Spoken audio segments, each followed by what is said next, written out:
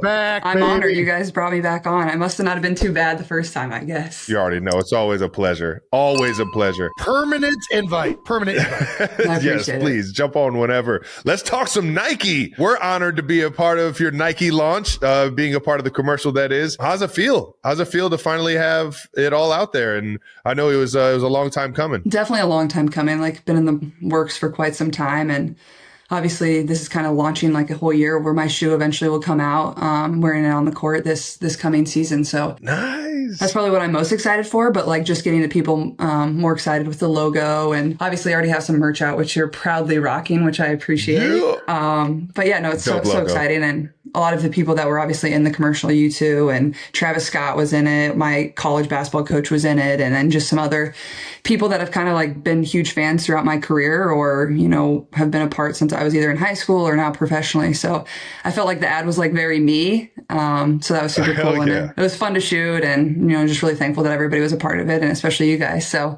you made it fun. You brought the energy. I already know. All right. It's funny you mentioned this because recently I got into a basketball court for the first time in like 20 years. I'm on a mission to be able to dunk, Caitlin.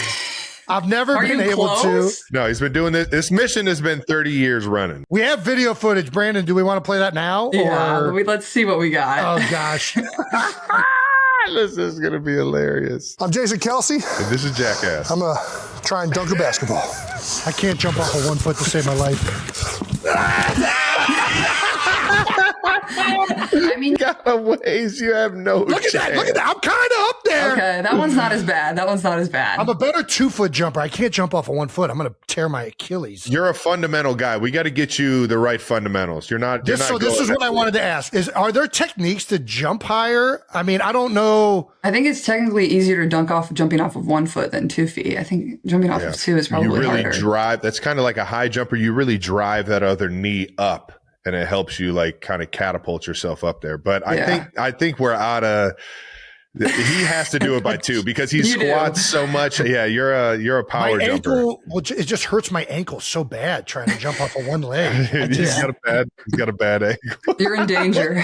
Do you feel more comfortable that I could maybe dunk in a few weeks or get better going forward? Oh gosh, Trav, can you still dunk? You think? Are you kidding me? You name it. I go between the legs right now. No, not all like that. I can definitely dunk though. I'll have that in the bag till I'm at least like 50. I think Jason. I told him he had to lose at least 20 pounds and get the technique down perfectly. I think you could do it though. I think you need to start with like a tennis ball. Then you get the tennis ball, you go to like a volleyball, then you go to a basketball. Okay. All right. Work your way up. I mean, don't ask me. I obviously don't dunk. Heck no. I could maybe like grab the rim, but like I'm not anywhere close to that. I just shoot threes and that's good. Shoot it from anywhere. How easy is it for somebody to learn how to shoot who can't shoot? Just hypothetically speaking, not for myself. Honestly, like, I feel like if you're willing to like learn, and like, that's the problem I feel like with a lot of like young kids and like young basketball players, their form is like so jacked up, but like, I feel like it's a pretty easy thing to pick up on like from a young age. So that's always what I tell like young kids, like make sure your form is always good and then you like kind of work your way back. But that's what I would always say the most important is. And like, I would get mad at my dad when I was a young girl because he wouldn't let me like just launch threes because like my elbows would be out like this. I'd be like throwing it like that because I wasn't strong enough, and then it like ruins your form, and then you have those habits like going on through the rest of your career. So, but I mean, if you're like willing to learn, and like I think that would be easier than learning to dunk if you like couldn't jump, like you're trying to like become explosive again. Coming up this season, I honestly, for everyone that doesn't know like the process that goes into like making the sneakers, like how long in advance has it been, or like when does it all start? Do they come to you with a shoe, a bunch of shoes? Do you kind of get to tweak them here and there? How is that process? Yeah, I think it's honestly been like probably one of the coolest things I've got to do since. Honestly, the process started at the end of my senior year when I was at Iowa because I was deciding what shoe company I was going to go with, and I talked to Nike, Adidas, and Under Armour, and they all offered me a signature shoe, obviously some faster than others. And, you know, everybody knows Nike makes the best product. It just kind of takes a little bit longer. And so I grew up wanting to be a Nike athlete. Every kid does. Nike, Jordan, like that's that's the premier brand and everybody knows the custom that. Kobe's, yeah. Oh yeah, the custom Kobe's are fine. I sent like Harry and some of your friends some. They're like testing me. They're like, how do we get the? I was like, I got you. But no, I mean, it's probably been like a year and a half now of like figuring out what exactly I want.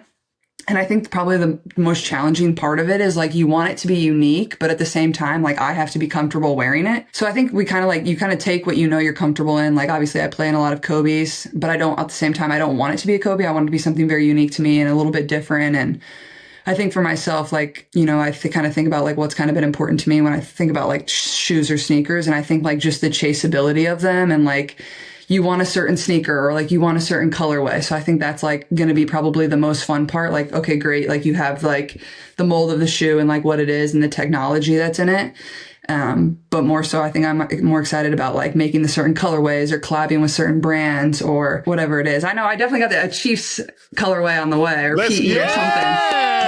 Maybe we can get Andy Reid to like coach in them at some point or something. Are you kidding me? Or we can turn them into a cleat. Or we get something like that. Oh, but listen, you're speaking to me now. I'm game. It's so cool because a lot of like you're doing exactly what like I've always dreamed of doing in terms because everybody that plays a sport or definitely is a hooper like dreams of having a signature shoe. Like it is the coolest shit ever. But I remember LeBron came out with his first signature shoe and it was like he had this Hummer in high school, the notorious Hummer, and he kind of like shaped or like made the shoes kind of resemble a Hummer's like look and model and everything like that. Like when it comes down to like it being true to you, I can't wait to see exactly what this thing looks like. And you already know I'll be the first one in line to get them. Yeah, no, it's gonna be cool. And it's crazy because LeBron's on shoe 23 now, which is like crazy to think about how long his signature line has lasted. I know, it's crazy. And I've gotten all 23 of them. You don't see like a lot of signature cleats in football, do you really? Like it's not really the same. Like Trav, you wear like your own PEs, like Jordan PEs, right? Don't you? Yeah, exactly. Yeah. Shout out to Jordan. I think those fit my game the best just because I grew up in that like Jordan era of like I kind of like that mid to high top like boot kind of feel, you know, save the ankles, protect the ankles. Yeah, seriously. But it's ironic how like a lot of like LeBron's made his way to the football field. Right. Jordan's made his way to the football field. It's kind of like the basketball players kind of run that world of like what's on your feet. And it's always been because of, you know, how good you guys are on the court. How much goes into the technology? I am curious about that because that's one thing that I get frustrated a little bit with like cleats, modern cleats. Sometimes I like, man, I wish these things grab better. I wish they had a different mold on the bottom of them. Like, were you super involved in that process as well? Yeah, for sure. And like, obviously I'm pretty like picky about what I wear. Like I like a certain two Kobe models. So like I knew whatever I was going to put in my own shoe, it needed to be like the equivalent of that technology or even better. And it's going to be even better. I'm not going to say exactly what it is because I think it'll get people excited about it. And I think even like the Chinese market, like I was talking to some people at Nike, like over in China, like they'll cut open the inside of the Kobe's and like show people the technology that's on the inside of the shoe because they're like, that means a lot to them. Like they want to know what they're getting out of the product. Right. Wow. So I thought some videos where they'll like cut them in half and you can like look at like a complete cross section of the whole thing. So there's like a couple Kobe's that they have only the technology in like the heel of your foot and not the forefoot of your foot. And I can like tell a huge difference when I play in those. Like it feels like I'm running on hardwood. So like I've really struggled to wear those, but for other people, they obviously love them. But for me, it's like, no, I need that technology everywhere. So that's honestly been a huge part of, you know, the process and the creation of the shoe is like it being comfortable and exactly kind of what I need. And the technology that we're going to put into it isn't anything that they've ever put into a basketball shoe before. So I'm really excited about that. That's exciting. It really is amazing how much one shoe works for one person, but it doesn't work for another. Like Nike switched the bottom of their cleat, maybe 2018, Trav? When did they start going to that new mold? Gosh, you're putting me on the spot. They're all tying together right now. 2019, 2018, whatever. Anyways, they went to like a new mold and I'm like, man, there's just something that feels a little bit off. And I like went and had my foot like 3D analyzed. That's what I was going to say. Like, do they scan your guys' feet for the cleats or how's that work? So they have that technology available. And I went to that. I'd never used it. And they said, actually, your foot is geared more towards this like 2015 cleat that they kind of stopped making.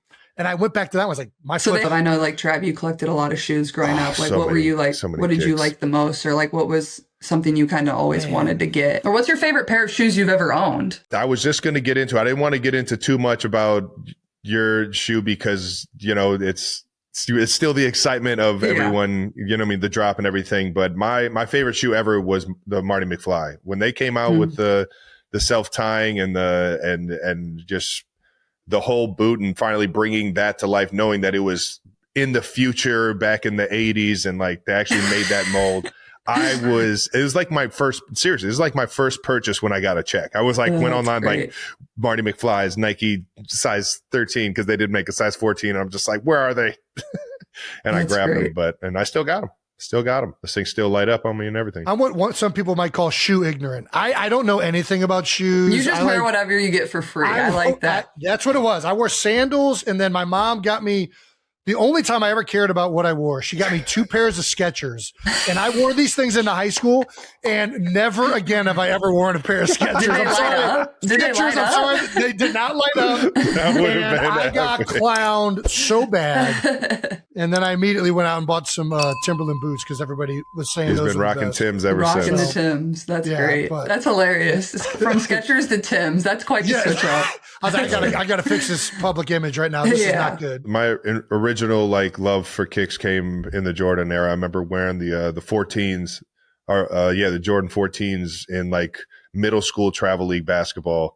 And then when Bron came out with everything, being a Cleveland kid and seeing him actually play in high school was crazy. So you guys saw him live? Like how often? I got lucky. One of our good friends, Andrew Brandt, and his mom had an extra ticket. No way. And I went down there and saw the Was thing it packed? Live. Like oh, it was so full. To the roof. It was it was like a whole like parade event outside. They had to like cut off the like streets around it. It was insane. It was awesome though. Yeah. He threw it off the backboard and threw it down, and the whole stadium or whole arena felt like it was about to rock. I never saw him play live, but he was on all the time. Like even when he had a few of the games that were broadcast nationally when he was in high school, but even the other ones were on local TV. And it was like an entire event when he was in high school. Like everybody be talking about it the next day. Did you see what LeBron did last night? And it was a crazy time in Cleveland for sure. I got one more Bron story. So in high school, this is when I was in high school, he was going through his first couple years in the leagues, and his Bron 2s came out, and Bron 2s were iconic shoe. I still have so many pairs of them, but at that point I wanted to get like a pair that nobody had. And in my mind, I didn't really know the like sneaker market or like how things worked or anything like that. So I thought I was going to go out and get a pair that nobody had. And literally like there was only like 2 colorways that LeBron had officially came out with at that point. And I went online and I'm searching all on the web for like a LeBron 2. And I found this black and silver pair of LeBron 2s. Were they fake? Begged my mother to get them for me for Christmas. Walked into Heights High with them. And one of Harry's older brother, Will, actually came up to me. He's like, Trav, let me see those things. He looked at them up. Somebody from across the room. Hey, Will, you think those are real? And Will looked like, real fake? Let's get into it. So back on the court, Team USA practice. How you feeling? It was fun, obviously, to get back out there. It had been a minute. So like it was just obviously a long and like tough year of reoccurring injuries. And like you guys know how that goes. Like when you get one nagging thing, it kind of leads to another. So it wasn't obviously how I envisioned it, and it stunk, but like we still kind of found a way. Like our team, like we had like 6 of our players go down with injuries. It was unreal. And we still had a great year, made it to the semifinals. And yeah, we were like a game away from the finals. And so that was pretty impressive considering kind of what we went through. But it was a long process to like just get back on the court. Cause when you have like the groins and the, quads and whatever you're dealing with, it's like you don't run for a while. So like it's weird, like learning to run again in a way. And then on top of that, like going to like play versus the best players again and like just getting tossed out back into the fire. But it was fun. Like, I mean, I probably wouldn't have wanted it any other way. Like you get thrown back out there with the best players in the world and you see like you're right where you were before you got hurt. And it was only 3 days. So it was cool. And it was at Duke, which is obviously one of the most historic basketball places ever. So that was a pretty cool thing too. And kind of kicks off like the next cycle for like preparing for the Olympics. And then we have the World Cup in 2026. So at the end of September. So we'll actually like pause the WNBA season, very similar like how we do when we have the Olympics. right before the playoffs, and then we'll go play the World Cup, which technically the World Cup in the past has almost been harder for us to win because there's more teams that play in the World Cup than qualify for the Olympics. Yeah. So sometimes it's harder to win that. So hopefully I'm on the team for that. And obviously my goal is to be on the Olympic team in 2028. So it feels like it's far away, but it's probably actually way closer than it sounds. It'll be here as soon as you know it, I'm sure. Yeah. Yeah. Maybe Travis. Well, you could play flag football in 2028. Hey, you already know. I could snap if they need a snapper. I will gladly snap the ball and do nothing. Yeah, I could snap too. So we'll be running for that job. We'll be competing for that job. Do you guys think any like NFL players will actually like want to play or like try to play? Or I think there's going to be a bunch that are going to want to. A few of the receivers and DBs that have good like hand-eye and ball skills. I think those guys that have a good run at it. I don't know if the quarterbacks will entertain it. It's a different game at quarterback. Yeah, that's what I was about to say. It does. There's definitely crossover, but it is a different sport. And I don't know. I think there's going to be a lot of guys that want to do it. And I think the NFL is going to embrace guys trying to play in it because it's only good for the league to see their players on a national scale like that. And we don't ever get that opportunity. But it is a different sport. I think it'll be similar to the 3-on-3. You know, sure. like how who was I think Jimmer was probably the biggest name in the 3-on-3. He just retired. Year. It was his last Olympics. Yeah. Shout out to Jimmer, man. Electric. His game is perfect for that. Like fast, like can shoot it, like just quick. Yeah. But yeah, like you said, like completely different. 3-on-3 basketball is obviously only played in the half court and there's no stopping. You literally play to, I think, a score or time, which is just way different than 5-on-5. We see you in this picture with Cameron Brink rocking number 17. I know. Where'd the 1-7 come? Was that just a jersey that you get? I was about to say for these stuck in 17 now in perpetuity though. Do you get to change it maybe in the future? So if I eventually make the team, it's weird. Like because international basketball, that you only, I think it's 4 through 15. Those are the only numbers. So you have a 4, 5, 6, 7, 8, 9, 10. Isn't that weird? Wow. Like you don't get to pick. Real? Yeah, well, at least for That's the United crazy. States. Yeah. I did not know that. So it's kind of cool because when I've played junior national teams in the past, we have like a bag tag, like a sticker on your backpack, and it says like all the players that have worn your jersey. So it'd be like so dope. If you're number 6, it'd be like LeBron. I think he was number 6. Or like, and then you'd have the women's players and obviously all the men's players, which is really cool. You get to see who kind of has worn your jersey. So this is not in honor of Phillip Rivers. It's not, but how about that? Is that not insane? Electric. You got to give him a lot of credit. And he was pretty good. He's throwing toutouchdowns. I was worried he was like going to pop an Achilles or... No, you don't got to worry about old Phillip Rivers, man. That guy's tough as nails. It was crazy. I mean, like when I first saw that online, I was like, oh, that's like got to be fake news. Like, because there's so much fake news out there these days. It was definitely an AI clip in my mind, or I was just like, there's no way he's really about this.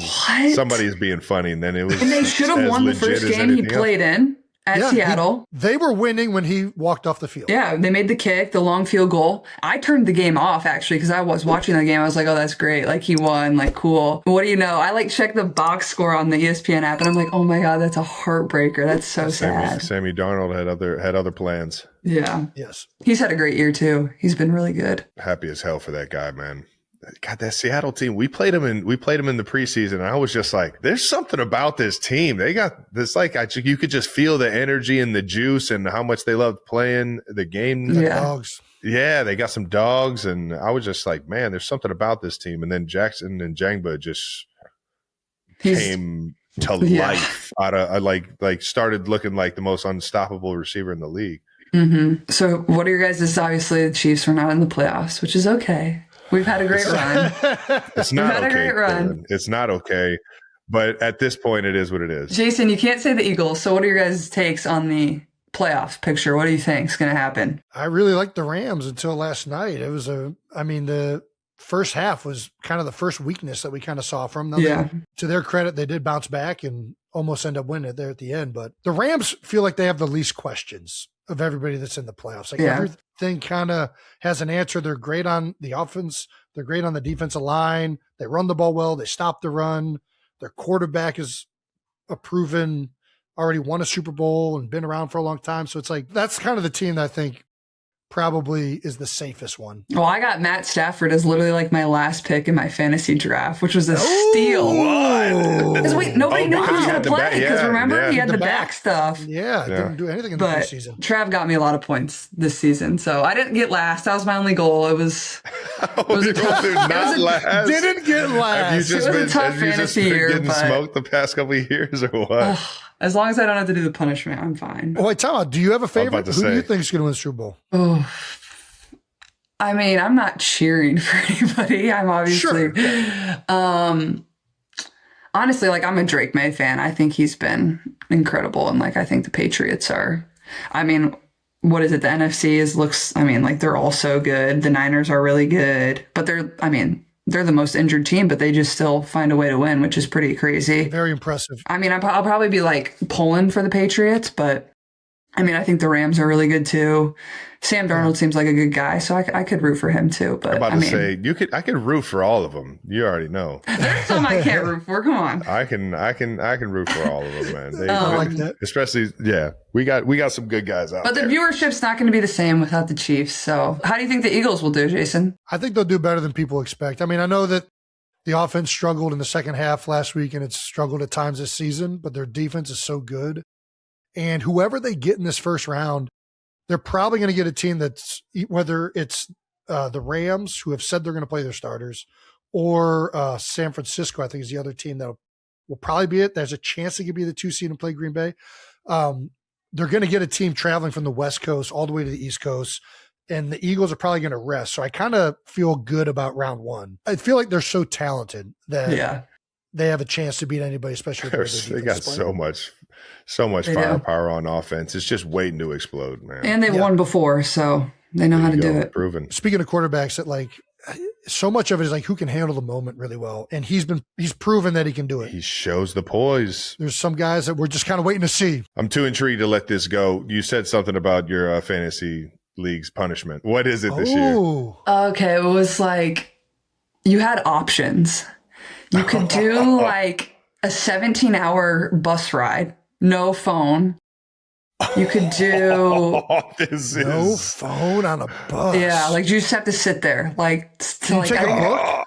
I don't know. I think you literally have to like just sit there. Like can't do, but you had to take your phone because you had to live stream the whole thing on Instagram so everybody could watch to make sure you weren't doing anything. Awesome. Well, that's kind of you can get some entertainment out of the live stream itself. And then the other option was like stand-up comedy and the IHOP the IHOP pancake challenge where you have to like eat a certain amount of pancakes. Yeah. So you had to do both of those. And then there was like one where you could like pay out a bunch of money.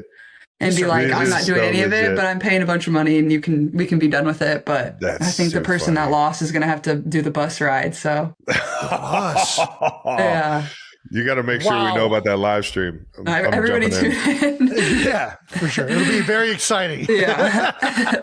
Well, do you want to play a game that we have where you pick an NFL? You pop it around. I think like the 90s, it seems like late 90s, early 2000s. Early 2000s is when they're dating this back because there's a lot of players that we were hoping for that they didn't. Travis picked Emmitt Smith, but it was not from like prime Emmitt Smith years. Yeah, so there unfortunately, you go. Yeah. And you have like positions and you only get to pick one like so if you have a tight end, let's say, and you pick like the Chiefs for that position, like you don't get to pick another tight end in a sense. Yes. But you get two flexes, so technically you can. I'm going to stop confusing you. I think the game explains itself.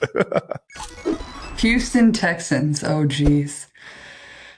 You also get one pass. If you want to phone a friend too. Yeah, you guys might have to help me out with this. Okay. Let's build it together. I'm trying to think. So I'm thinking receiver. Trav, who do you think Houston Texans? Maybe Andre Johnson, Arian Foster is a running back that might have had a bunch of touchdowns. Touchdowns are king. Touchdowns are king. Your flex, you can have a running back, wide receiver, or a tight end. Tight end. So it's kind of like you want to. You kind of want to. I feel like you want to save the flex positions a little bit because I'm used to there being a defense on your fantasy team, which I obviously hated. I wish it was. Didn't the Texans usually have a good defense? This year they had a good defense. Yeah. This year, I think they're like one of the statistically like one of the best defenses since the year 2009. Like they have been very good. Okay, you guys pick on this one. I need teams. Andre Johnson. All right. Andre Johnson. Oh man. Ooh. Oh, that was a good one. Not bad. Buffalo Bills. Yeah. You're a big Bills fan. Yeah. I know that, right? I hate the Bills. think early Josh Allen era, though. Yeah, you can also go Josh Allen for quarterback, too. I mean, he's a fantasy. He's a very good fantasy quarterback. Okay, let's put Josh Allen at quarterback because if I do get the Chiefs, obviously I'm going to put Trav. Gang. San Francisco.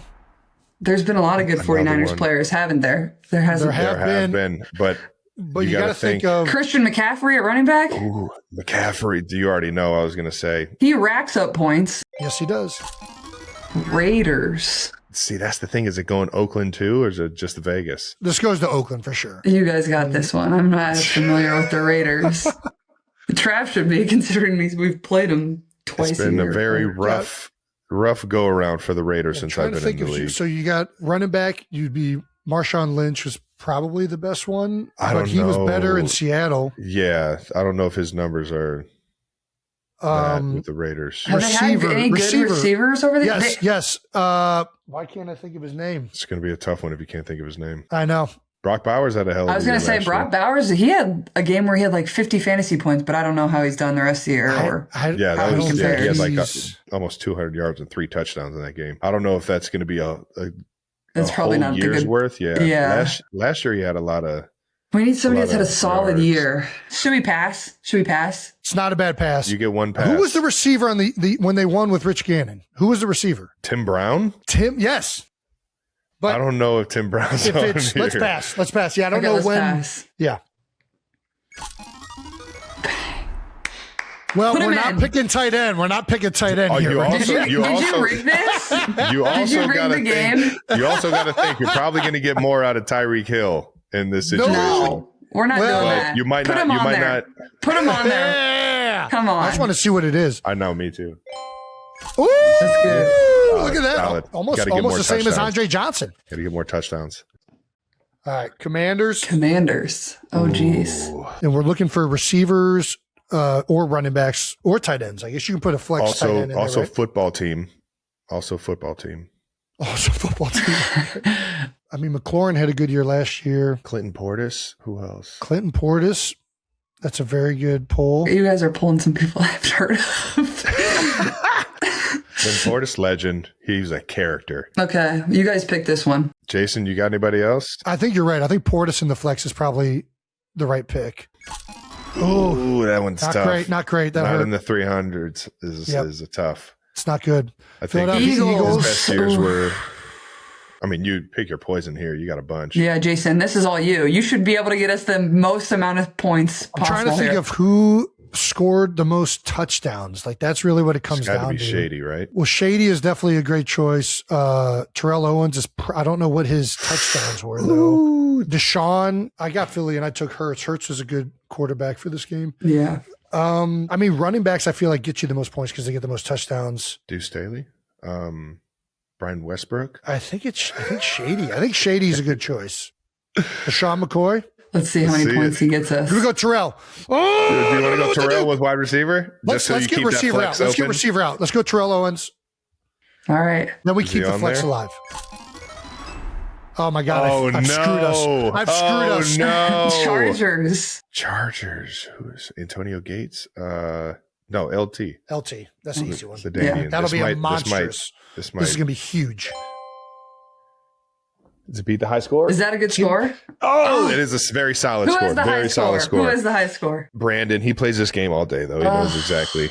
That's not Brandon, bad. Where did we go wrong, Brandon? Where did we go wrong? Technically, Jake, I think, has got me beat by a little bit. I think the picks you might want to rethink would have been Andre Johnson. You could have gone Arian Foster, Terrell Owens. You should have gone Saquon. Oh, Yeah, but Saquon, Washington's we could put him as flex, and you would Saquon wouldn't have got his flex is screwed up. Saquon wouldn't have got as many points as LT though. No.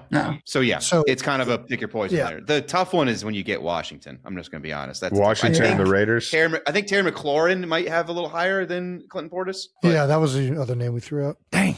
All right. The Kelce pick's actually really good. Is this just online? I'm going to make people start. I was about to say, this. NFLperry.com. Sorry, I've ruined your life. This is I'm going to be like doing this all night. There's multiple apps. Is there a basketball version of this? I think so. There's got to be. That's kind of fun. Guy who made this game, I know you watched the show. Make a basketball one. Yeah. Right. Jason, do you want to open that gift? Jason, you want to open the gift? Can I open the box you sent us on Christmas? Yes. Is that all right? I Do think it. technically, I was told I was supposed to open this on Christmas, but I screwed that up. So I figured, let's open this right now live on air. Oh, yeah. You should have had your girls open it for you. Girls!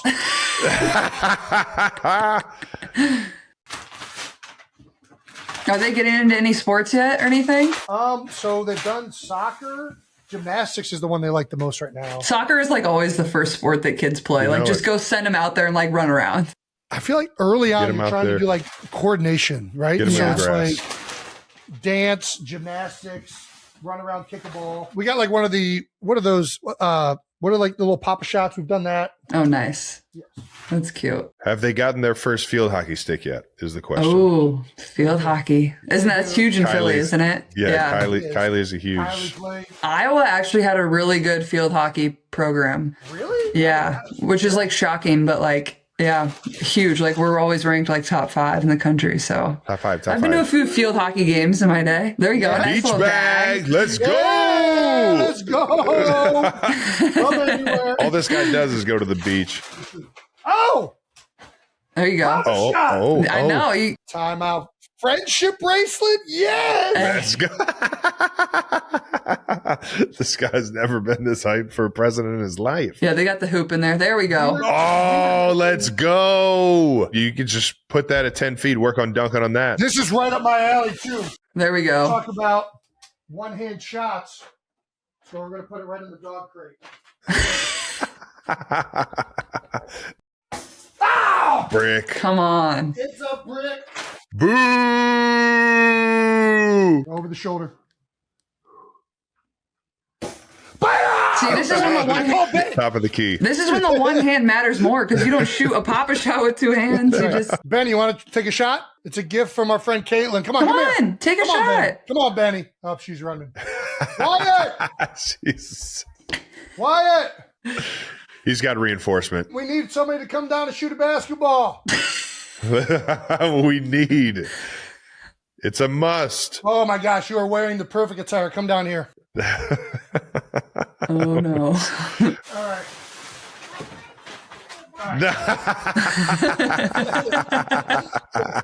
Oh yeah.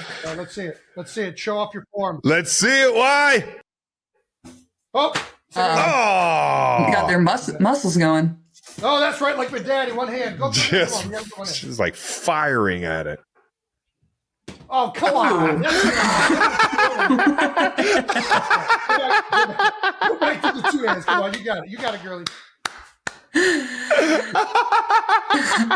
Oh, did you make it? Yeah, I think it rimmed out. Oh, that was awesome, though. That was a close one. Full on baseball chuck. You're doing great. You're killing it.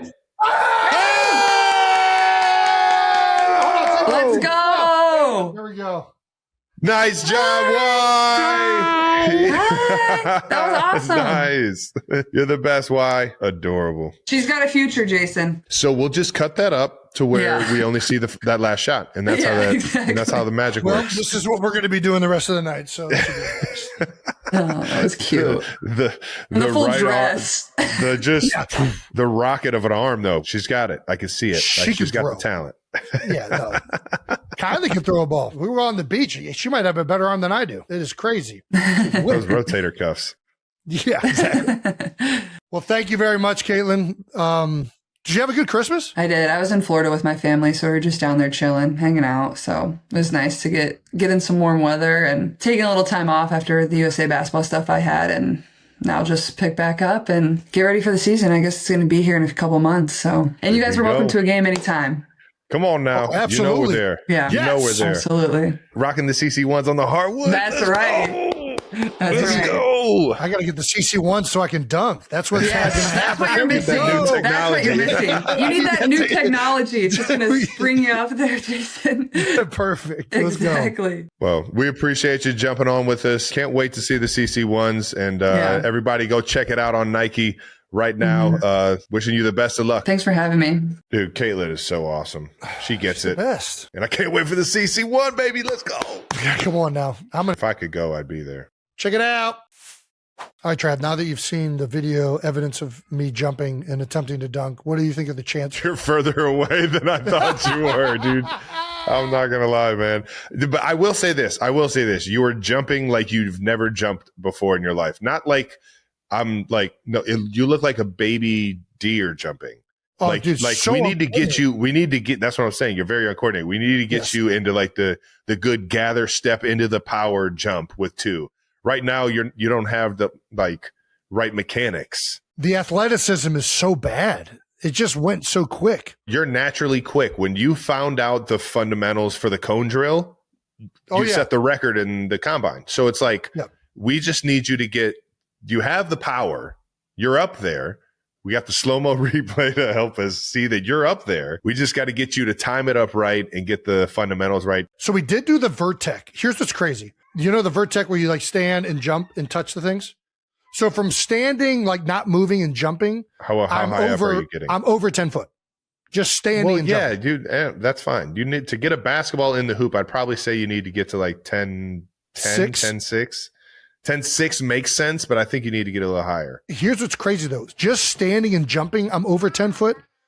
Running and jumping and doing the same test, I only got like an inch and a half higher. Like I should be able to gain more height by running and jumping, right? You would think, but I think it's all dependent upon your body like type and your athleticism. Right now, you're just an athlete. You're a powerful athlete. But that's what I'm saying. If I get more efficient at it, I should be able to get that higher, right? I would say you're going to produce more momentum, which will then get you higher. Yes. But I think for a guy like you really only need 2 to 3 steps into a good, powerful base. I'll put together a tutorial and I'll get back to you and I'll help you with some of the gather steps into the power. There's an Instagram clip that talks about the penultimate step, which I think is what you're talking about, where they do this gather. That's why I wanted to ask Caitlin about I've heard about the penultimate step and just see what fingers. Yeah, that would have been the best. She would have laughed in your face. Like, what? I'm going deep into this. Oh no, she's a pro. She might have known. I've been looking up Jordan drills.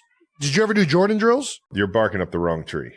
Okay, you're going down the wrong road. You need to follow too much. You need to follow the fat boy roll. All right. You're not Jordan. You don't have an ounce of Jordan in you. Other than the heart, the courage, and the dog. Where do I get the CC1s at? That's a question for Caitlin. I don't know when they're coming out. Is there any way I can get a prototype size 14 in the next 30 days? Let's think about this. Who jumps higher, Michael Jordan or Caitlin Clark? Want the Caitlin Clarks or you want the Michael Jordans? Honestly, I want the Caitlin Clarks. Let's get into this week 17 of the NFL season. How's that sound, Trav? That's right. Bold Topics brought to you by Xfinity, the most reliable fiber-powered Wi-Fi. You played on Christmas Day. I did, and Christmas games are always as magical as they sound, man. It looked magical. Arrowhead was rocking. The stadium was packed. Broncos fans were there. Chiefs fans were there. Everyone was having a merry old time. Obviously, we didn't come out with the win, but man, it was a fun night. I'm proud of the gang that we had in red out there trying to figure it out and come away with the victory. Obviously, down a lot of big names, but led into the game by my guy, Chris Oladukin, man. We were playing some golf earlier this offseason. I was looking forward to seeing him sling it a little bit. That's right. Yeah, Chris he's an awesome guy. He's been on the team for a while now and finally getting his opportunity to get some NFL experience, man. And it's just fun. You know what it's like. And honestly, I haven't had this feeling of like seeing a young guy at quarterback, living out his dream, just excited to be in the moment. Like we would come off the field and you could just see, man, this guy was loving every single moment, even through the good or the bad. And it was awesome to get out there and rock with him, man. And I was just proud of the way he handled the situation, handled the moment. Obviously, no turnovers and just gave us a chance to win at the end. He did. What I wanted to ask you this, because a lot of times, like when you're on to the third string quarterback, you're usually a guy that hasn't had a lot of reps with the ones. How many? I mean, I know he's been there for a while, but how many times have you caught a ball from Chris? I'm a busybody at practice. I like to get some work in. So during defensive periods, things like that, I'm usually around all of the quarterbacks. So it wasn't the first time I'd ever caught a pass from him here or there. Like I've at least seen it come out of his hands, and throughout the week have worked with him enough to where it wasn't surprising seeing the ball coming out of his hands. Nice. He throws a good ball, and on top of that, man, he's a gamer. He's going to go out there and he's going to have some fun. I call it the Chris O experience, baby. The Oladukin experience. Know what's going to happen. He's got that exciting playmaking ability. Yeah. Because he's a mobile quarterback, and he can get out of the pocket, and he keeps his eyes downfield when he does. And he showcased a little bit of that this past Christmas. Oladukin, I'm playing with Travis. I mean, he's the greatest tight end of all time. I'd be a fool not to lean on him a little bit, and he was just great the whole game. Wish I could have been there for him a little bit more, but he still played his ass off. A little more. It was like the entire 2-minute drive was throw the ball to the Big Yeti. Yeah, and I think the Chiefs, for getting a little Travis chant going for me there. I think Coach Reed heard what the people wanted. And, man, if you guys could have done that, the first, 12 years of my career, that would have been awesome. No, I'm kidding. Coach Reed's always dialing me up, and it's just whether or not the defense is the right defense for me to get the ball. But it was fun that Chris was, trying to find me, knowing it was a fun little 2-minute drive till we came up short. One more game left in this season, and you're headed to Vegas. What is how are we feeling heading into this one? It's Vegas, man. It's Raiders week, man. It's always no matter what the score is. Obviously, two teams where we know our season ends after this Sunday, and you're just playing for the love of the game and the honor of wearing the Chiefs helmet. In a fierce rivalry, man. And I know we've already beat them once. We gave them a goose egg, and they're going to be ready for this one. They're going to be excited for this one. And I know Pete Carroll is going to have those guys fired up and ready to rock and roll, knowing how motivating he is. And they're at home where they're comfortable. And I'm excited to go out to Vegas and finish this year off. Yeah. Well, you guys will be playing them without Max Crosby, who has unfortunately been placed on IR, with what appears to be a devastating injury. I don't know if you saw this Instagram video of him really going through it, but we can play that right now. It's a shame. He's just so hampered. Here is that Max probably is not hampered with much of an injury, and that the Raiders are probably tanking. Michigan guy, man. He loves to play the game of basketball, man. That's fair. I shouldn't lead to such conclusions. It's unfortunate. Him and Brock Bowers both on IR. Brock, unbelievable player. I know he's got to get some stuff fixed, and I know Max has got to get some stuff fixed, but two fierce competitors, I guarantee you'll be back out there next year rocking and rolling. Trav, congrats on another Pro Bowl selection. Way to go, Big Yeti. What number is this for you? 10, maybe? You hit a decade? You've been in the Pro Bowl for a decade? Jesus, Travis. Well, you led fan voting for the second year in a row. I think that's what got me in. It does count for a large chunk. I used to think that too, but I think I've seen somebody win the fan vote and not get in before. I think I saw that one time. Anyways, Creed Humphrey, Chris Jones, and Trey Smith are also in. This is also your 11th Pro Bowl. So you've actually been in so many times, you've forgotten how many times you've been in. You've played in one Pro Bowl? I think I was at it too in Hawaii. No, I played in two. I played in one with you in Orlando. We played against each other in one. We did. Was that the following year? Yeah, it was the first year it was in Orlando. It was 2016. That's what year it was. Yep. And you were in Hawaii, 2014 or 15? It was 15. So the year of 14, season of 14, 15 in Hawaii, and then the season of 16 or 15 in Orlando in 16. Because I went when the Pro Bowl was in Arizona. Then I went back to Hawaii for a year. Where you went. We both went out there together. I personally thought I got snubbed for that Arizona Pro Bowl, but it's whatever. That's the way it worked. I got snubbed the year before. There were a few guys that got snubbed last year that I got snuck in there. It happens every year.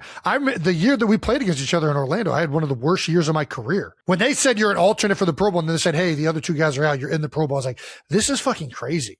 Yeah. I do not deserve to be here at all. I'll be there. I won the Pro Bowl MVP, got the car with a whopping 33 yards and 1 touchdown and 2 first downs. Wow. Had a fake field goal that got me 3 yards on a first down got a deep cross thrown to me by Andy Dalton, the Red Rocket. Let's fucking go, Andy.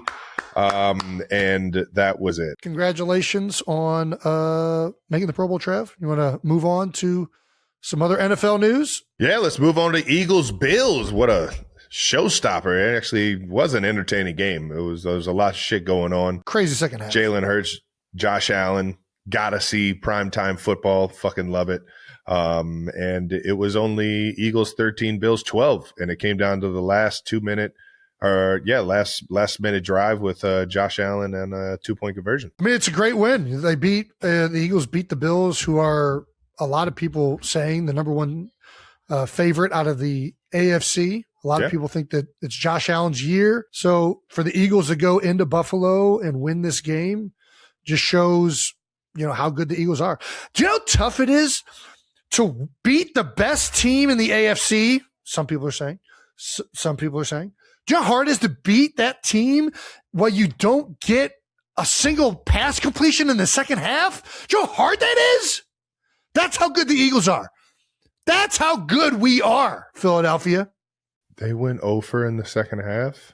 It's actually the second time we've won a game this year without completing a pass in the second half, which is remarkable. What? That's how good we are, bro. Bro, this offense is too fucking good, dude. That is insane. It is. It's kind of crazy. I was watching the game. I didn't even notice that. It's just like 3 and out. And then before you know it, you've had I think they only had 17 plays in the entire second half.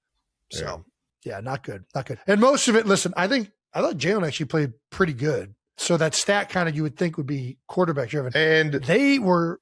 Rainy game. We're running the football. Had the lead. But the run game, I mean, it was bad. And especially in the second half, and not just these 2 to 3 yard runs, but negative runs where you're in 2nd and 12, you're in 2nd and 13. And it was a very frustrating game to watch offensively, to say the least. And Buffalo's got some guys with some motors on that D line, man. They can be disruptive, man. Tall guys, long arms. The Eagles have been trending better in running the ball, right? They did well against the Raiders. They did well against the Commanders. This was their chance to do it against a team that is going to be in the playoffs. And it was a little frustrating seeing the performance, to be honest with you. And credit to the Bills. I thought they did some things. They kept putting the safety down, and then they blitzed from the other side, and it messed them up a number of times. They were slanting the front, and that was throwing them off. It's just, these are things that you would hope they'd be able to handle at this time of the year. And it was a frustrating game to see them have opportunities to have plays, right? You're running outside zone away from a nickel pressure. That is a chance to be a gash if you block it up right. But because they're not on the same page, because the safety's showing he's down over here, the tight end tackler going to the safety, the backside knows the nickel pressure's coming. They're boxing. Nobody's blocking the middle linebacker. Yeah. I'm like, what are we doing, guys? Yeah. And it's communication like that. Guys are being let run free. Did we zone this off? Why is nobody blocking the 3 technique? It was not a great performance collectively up front, to be honest with you. And it's frustrating as a former offensive lineman, a guy in that room and knows how good all those players are, where it's dude, we got to be better than this, boys. Listen, good teams find a way to win those games when they're not at their best, and that's what Philly did, man. Well, the positive is we held Josh Allen, the best rushing attack. We weren't great against Chicago, right? Chicago ran all over us. We go out there against James Cook and Buffalo's had a great ground game all season. Oh yeah, and we performed really well. Yeah, have a great goal line stand, 4th down, keep Josh Allen out of the end zone. Great tackle by Zach Bond. Blocked field goal. The defense played out of their mind, and that's the positive coming out of this thing. I'll tell you what, going into that last drive, though, man, it just looked like prime Josh Allen, man. Guys showed some resilience, showed some fight, showed some heart, knowing that he's got the foot issue right now, and or it looked like he got rolled up pretty good in there, and just fighting through everything. And I know he's kicking himself. You could see him kicking himself after that 2-point conversion. But I've been there, and you already know he's going to learn from it and keep it moving. What do you think of the 2-point conversion call? We were talking about this on Monday Night Countdown. What do you think of McDermott's choice? Dude, what? You got fucking Josh Allen? Are you kidding me? Every time. Man. Not even think about it. The Eagles had like 2 first downs the second half. You don't feel comfortable going into overtime? I feel so comfortable with a guy like Josh Allen and the ball in his hands and 2 yards to get. They had already had a goal line stand in the exact same 2 yards. That's why I might be the worst head coach of all time. It's just, I'm putting We're going for it. Are you kidding me? What is that? What are we? I could end it here? No, I got ball players. Yeah, I'm kind of just messing around. Honestly, if he's a mobile quarterback, I'm feeling even more confident because there's the threat. If you drop everybody and all that, it's like he could still find a way to run it in or get out of the pocket and make something shake. So when you make this decision, it's always going to be damned if you do, damned if you don't. If it doesn't work out, everybody's going to say it was the wrong call. If you make it the play was open, like it's there, right? Just missed the throw. And you can play devil advocate and say, they just blocked a field goal before that. They just blocked the extra point or whatever before that. The one thing that I thought was interesting that we kind of got to on the desk last night was, I think it's actually probably a better call that they went for it too, because like at some point, like this, everybody's saying this is Josh's year to try and go win this thing, right? Mahomes is out of it. Burrow's out of it. Anytime Josh Allen's playing the game of football, it's his year. That guy, That's got fair. That ability. As with anything, the more reps you get in certain scenarios, usually the better and more comfortable you are operating them in the future. So now, like, obviously this one didn't work out for Josh. He gets pressured on his right. He's moving to his left, tries to make the throw, and it's a little bit off target in terrible conditions. This same scenario might come up in a gotta have it moment in the playoffs. And now this entire team has had a rep of this, and maybe they feel even more comfortable now repping it again when it matters most. So that was another reason I thought, you know what, maybe I'm kind of more on board than I thought with McDermott deciding to go for it. So in the end, I kind of agree with you. Eagles got the Commanders at home for the last game of the season, and I'm sure the link will be rocking for that one. Could move up to the 2nd seed with a win and the Bears losing.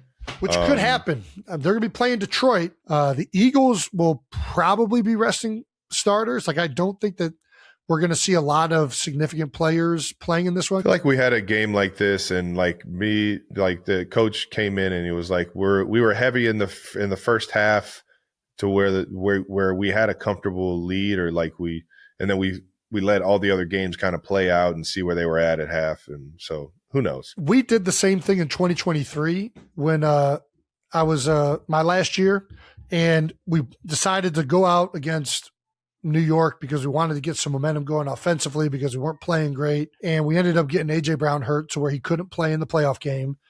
Jalen got his finger banged up. Like, it was catastrophic. So I am fully on board with do not risk getting anybody you don't want and are not going to be happy about missing for that playoff game. Sit them on the bench. Unless you have a chance to get the 1 seed, I don't give a crap who you're playing. Take the rest when you can get it. I believe the Rams have already said that they're going to go in playing to win, right? So they're going to be playing starters. San Francisco and Seattle are going to be playing to try and get the 1 seed. Got it. And that's huge. That's huge. So the Eagles have a chance to rest and then play a team from the West Coast, likely, who's going to be traveling to the East Coast. And you're going to play them on a week where they just played previously and you've gotten a week of rest. A week of rest, yeah. I think that's a big advantage, and I would take that if I was the Eagles. The reality of it is that you can't just rest everyone. So guys are going to be out there playing. So you got to be kind of smart with the position that you're putting your guys in, and at the same time, you still want to go out there and win the football game and give yourself a chance at the 2 seed. I'm going to be honest too. I think resting some guys, we can still win this game against Washington. I'm not trying to say anything. Up. It's football, man. Anything can happen no matter who's out there. Look at San Fran right now. They're fucking rocking and rolling, and they've had the worst of kind of injuries. Yeah, that was a crazy game. That was my biggest surprise of the year, is that San Fran is competing for the NFC title. They've lost for best Fred Warner, Nick Bosa. Their starting quarterback has been out for 8 games. Brock Purdy's missed. They've missed George Kittle for a lot of the season. Trent Williams went down last week in the first play of the game. So, like, the fact that these dudes are still like 12 wins competing for the NFC title, like, is nuts. Kyle Shanahan. And you got to give John Lynch some credit too, built in a deep roster, able to overcome it, right? Yeah. Like if they don't have Mac Jones, maybe they aren't sitting where they're at, right? But they go and get him in the offseason. He plays well when Brock goes down. I mean, this is probably the most impressive season I've seen from the 49ers, just with all of these things factored in, right? Like, it's crazy. Like they've had a super team, and like, of course they've been successful with a great coach and great players. But this year, the fact that they've still been this consistently good with all of the injuries and, adversity they've had to overcome, very impressive. A big week 18 games coming up. Broncos Chargers could decide the 1 seed. That is, if Denver wins, they clinch the number 1 seed, and Chargers have said they are resting their starters. So I wouldn't just go in there lollygagging around. I know Harbaugh is going to have them boys fired up and ready to rock and roll, no matter who's out there rolling. And Trey Lance, he's come in and he's shown he's got some spark. Sunday Night Football, Steelers Ravens. Winner wins the AFC North. Loser eliminated from the playoffs. That is going to be a fun game to watch. Old school AFC North win to get in. Are you kidding me? Doggone, that shit gets me fired up, man. Reminds me of the Roethlisberger and fucking Ray Lewis days, man. I'm going to watch the game just because I always get excited to watch the Steelers and Ravens play, and I grew up in the AFC North. Come on now, baby. You already know. But like, let's be honest, are either of these two teams going to be competing for it at the end of the day this year? Like, it's kind of like the NFC South where, I don't know, the Steelers were looking pretty good before DK got suspended, though. They were having a good finish to the season. Darnell Washington's out too, man. That dude, 300-pound tight end running the seams. He's a beast. And Ravens not sure if Lamar Jackson is playing or not. If Derrick Henry and you got Patrick Ricard leading the way and they're running like they did last week, I mean, that was an impressive performance by those guys. Yeah, but Lamar Jackson's Lamar Jackson. If he's playing, it's a completely different game. Saturday, Bucks Panthers. If the Panthers win, they're in. Well, they've done everything they can to not get in. They've lost twice to the Saints, right? Like the fact that this division is still up for grabs is bonkers. The Bucks, who I love, I mean, the Bucks are my favorite team coming into this season, and they have fallen off a cliff. They've had injuries all season. They haven't played great down the stretch here. Baker is one of my favorite quarterbacks in the league. It has not been a great second half of the season for the Bucks. Panthers have had every opportunity the last few weeks to clinch this thing, not even playing like top opponents in a lot of this stuff, and they just refuse to clinch it. It's nuts. It is crazy. So yeah, we're going to see Bucks and Panthers duke it out to see who comes up on the NFC South. I will always root for the Bucks. I love Todd Bowles. I love Baker Mayfield. Well, the Bucks are going to need the Saints to beat the Falcons on Sunday and a win against the Panthers themselves. Yeah. And I'll tell you what, they got guys to where if the Bucks get in and they get rolling, that's a team you can't take lightly. They've just been banged up, and it's kind of hurt them all season long, and they haven't been themselves.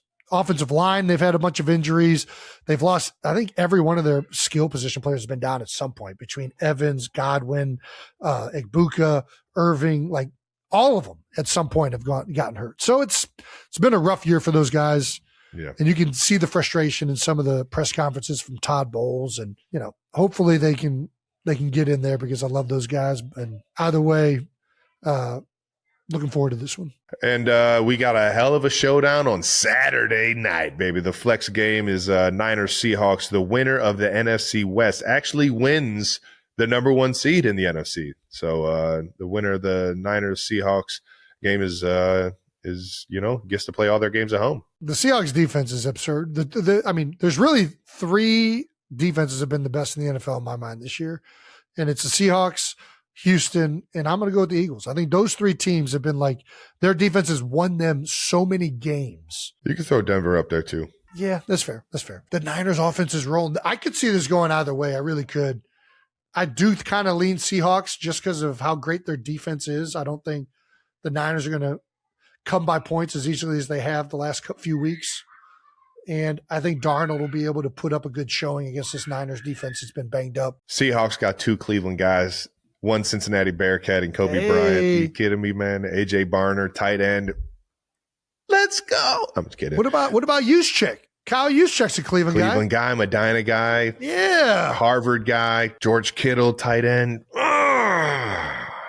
Yeah, I'm just going to watch it for the love of it. You're right. I'm going to just thoroughly enjoy this game. The Niners have been there, and they've been so great for so long, although they've had adversity. Oh, I thought you were talking about the Niners. No. Sorry. Well, I was just saying the Niners have been there before. Listening We're to excited each other? about that? Probably not. Do you think about this? Sam Darnold was in a Week 18 game to clinch the number 1 seed last year. And that game, followed by the playoff game, is essentially why he wasn't brought back in Minnesota. Right? That's crazy. And now all of a sudden he's in the exact same scenario, Week 18, and he's done the exact same thing to another team in Seattle. Pay that man. Well, I kind of wanted to work out for him. That's all I'm saying. And he's a good dude. Is there a lot of scoreboard watching in Week 18? There definitely is. Like the Eagles will be watching the game in Chicago, most likely, right? Any team that is been conveniently scheduled at the same time by the league office because they know that the seating and placements matter, there will be people watching the scoreboard all game long, for sure. Unless you do what the Panthers did last week and you don't show any games on the scoreboard. Oh, wow. Dave Canales. I'm pretty sure we did that as well in a situation where the Patriots were playing the Dolphins. And Kevin Harlan, one of the best ever, in my opinion. I fucking love that guy. Might be a little biased because he's a Kansas City guy, but also, no, he's a legend. And he was literally calling both games at the same time on the Chiefs broadcast. He was watching the Dolphins game, calling that game. A play would happen in the Kansas City game. He'd call that. Dude, it was awesome. He's just a beast. Yeah. And then you just randomly heard everyone in the stands start going nuts because the Ryan Fitzmagic and the Miami Dolphins found a way to beat Brady and the Patriots, and we got the 1 seed. I never felt like watching the scoreboard took me out of the current game. Like I was just like, all right, what's the score? Ooh, if we go really hard for this next quarter and win this game, we're in. I think the reason is because you should be thinking that regardless. I guess maybe I'm just not against scoreboard watching. What's wrong with scoreboard watching? Shout out to Fitzmagic, baby. I got to see him during the Christmas game last week. That was awesome. Caitlin Clark isn't just a basketball star anymore. She's becoming a global brand. In this interview, she opens up about her Nike deal, the pressure that comes with fame, and how she stays focused while the whole world is watching. Let's break down the most important moments. Caitlin Clark talks about what it really means to partner with Nike at such a young age. For her, it's not just about the money or the spotlight, it's about legacy. She explains that seeing her name connected to a global brand like Nike is surreal, but it also motivates her to work harder. A signature shoe, she says, represents more than style. It's about inspiring the next generation of athletes, especially young girls who now see that this level is possible. With fame comes pressure, and Caitlin doesn't shy away from that truth. She admits that expectations are higher than ever, but instead of letting them overwhelm her, she uses them as fuel. Her mindset is simple. Control what you can control, stay disciplined, and trust the work you've put in. She credits her mental toughness to years of preparation, strong support systems, and staying locked in on her goals. When asked what keeps her motivated, Caitlin points back to her love for the game. Awards, deals, and attention are temporary, but passion is permanent. She emphasizes that staying authentic and grounded is key, especially in a world that constantly tries to define you. Caitlin Clark's story isn't just about basketball, it's about confidence, discipline, and believing in your journey. From college standout to Nike partner, one thing is clear. She's only getting started.